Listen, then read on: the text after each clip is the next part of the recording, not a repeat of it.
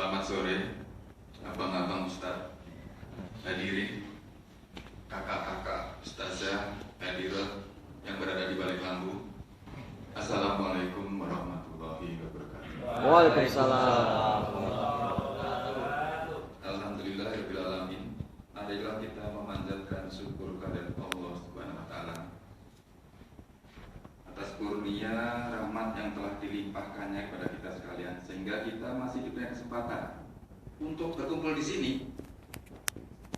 di majelis yang diridhai Allah. Insyaallah. Sholawat dan salam yang sekali-sekalisnya kita sampaikan kepada imam kita, junjungan kita, Nabi Allah Muhammad Sallallahu Alaihi Wasallam. Allah, Yang menurut saya adalah superkonduktor yang membawa kita kepada ridha Allah Taala.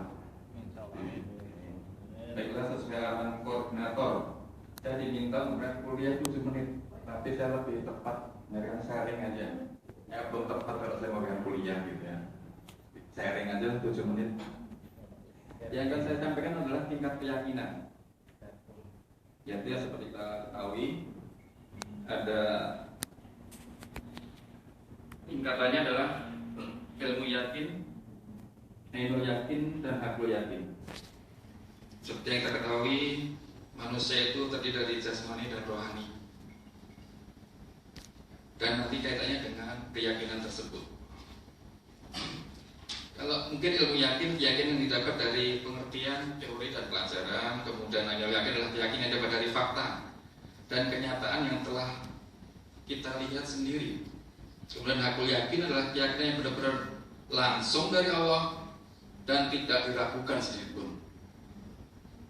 Karena ini sedang hangat-hangatnya KPKU. Kalau pas mahasiswa terima buku, itu dia baru ilmu yakin. Hakul yakinnya pas ngecek ke sini, dia pas ngakses. Ainul yakinnya itu maksudnya. Untuk hakul yakin, ya kita rasakan sendiri, benar nggak sistemnya ada jalan? Ya kita tanya ke hati nurani kita sendiri, sistemnya ada jalan belum?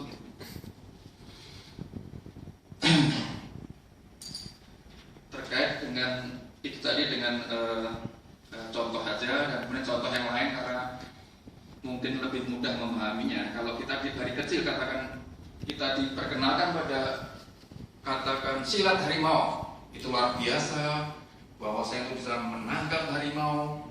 Dari kecil kata kita cetakan itu kita yakin juga. Kita agak menjadi dewasa, kita diajak ke pasar, kita melihat analisa yang benar-benar menangkap harimau di situ. Nah di situ yang kita sebut sebagai ainul yakin.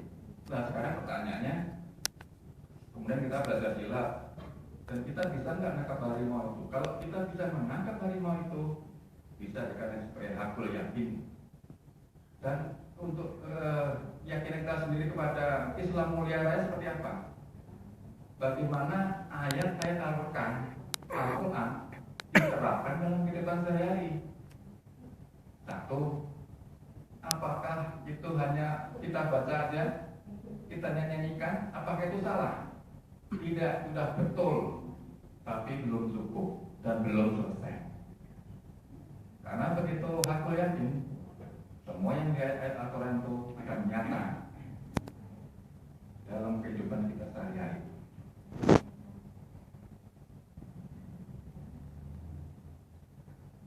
Mungkin kita lihat saja kehebatan kalimat Allah yang bertubi-tubi disebutkan dalam Al-Quran dan Al-Hadis.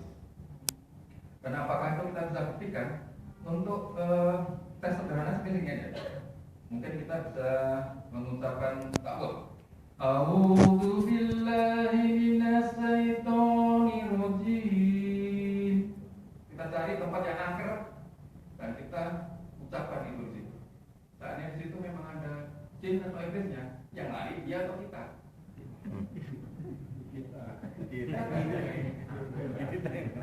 Siapa yang lari itu? Excel. Seperti yang saya sampaikan tadi, utamanya adalah tujuan kita hidup ini apa? Lebih sampaikan di depan, kita dari jasmani dan rohani. Jasmani kembali lagi ke tanah, dan rohani mau kemana? Pertanyaannya, apakah misalnya kita mensucikan jasmani, kita juga mensucikan rohani kita. Karena di situ ada urusan yang sangat berat sekali. Hal lain adalah di mana kita bisa sholat khusyuk. Karena sholat khusyuk adalah tubi dan non tubi. Kalau kita nggak bisa sholat khusyuk, apa bisa kita diterima? Mungkin seperti sebelumnya saya sampaikan di sharing sebelumnya terkait dengan teknologi Al-Quran. Dari rumus aljabarnya disebut plus dikalikan minus, maka jadi minus. Yang A, sholat gandeng dengan yang batil, nah itu iblis, maka batal. Daging kambing campur daging babi, batal. Naik gaji pakai uang kuliah, batal. Karena yang positif tidak bisa bercampur dengan yang negatif. Pertanyaan bagaimana kita mensucikan rohani kita? Salah satu cara adalah kita harus mencari ulama yang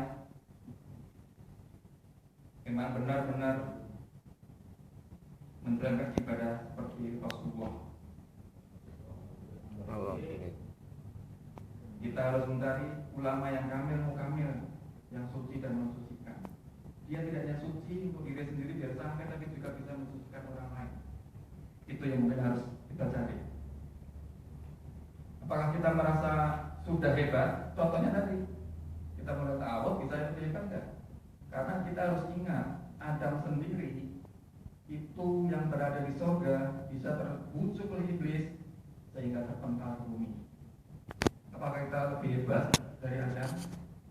Adam tidak di mall, bukan di tempat karaoke, di surga. Itu pun bisa tergoda. Bagaimana dengan kita? Sebetulnya utamanya memperhatikan diri saya sendiri. Jadi mungkin kalau hadirin dan sekarang di sini barangkali bisa sama-sama kita mengintrospeksi. Sudahkah sampai sholat kita? Apakah cukup dengan yang ada sekarang ini? Cukup banyak pemeluk agama yang telah merasa puas diri dengan mempelajari fikih semata. Padahal ada ilmu yang lain yang juga kembarannya, yaitu ilmu tasawuf atau sufi. Dalam satu hadis disebutkan, artinya ada sebutkan ya, permulaan Islam ini asing dan akan kembali asing. Maka gembiralah orang-orang yang dianggap asing. Salah satu lagi contohnya yang mungkin bisa sampaikan di sini, bahwasanya manusia itu tidak ada apa-apanya tanpa kekuatan Allah Ta'ala.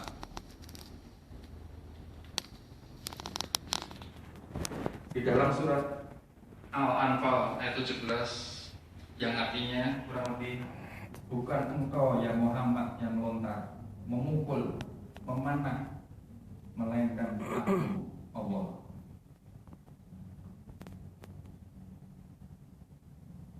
Baiklah, mungkin hanya sekian yang saya sampaikan. Ini yang tujuan kita barangkali adalah ilahi anta maksudi waritoka matlubi, mengingat waktu dan lebih yang sudah diberikan. Kalau ada kata-kata saya yang kurang berkenan dari para abang-abang ustaz maupun kakak-kakak ustazah, mohon diberikan maaf. Akhirul kalam, wassalamualaikum warahmatullahi wabarakatuh. Waalaikumsalam. Allahu Akbar.